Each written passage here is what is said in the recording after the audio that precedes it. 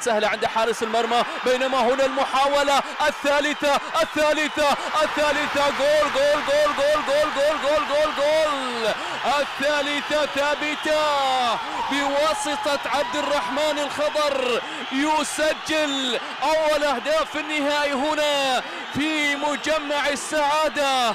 الجماهير اليمنية صغارهم وكبارهم نساؤهم ورجالهم كلهم الآن يحتفلون بالهدف الأول بعد مرور 11 دقيقة على انطلاقة هذه المواجهة.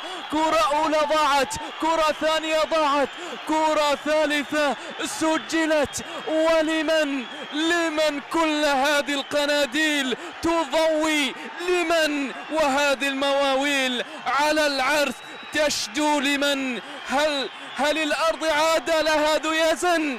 لمن لأجل اليمن يسجل أول أهداف المنتخب اليمني بواسطة عبد الرحمن الخضر، يتقدم ويتوغل ويغالط المدافعين ويسجل أول أهداف النهائي هنا في مجمع السعادة. تذهب السعادة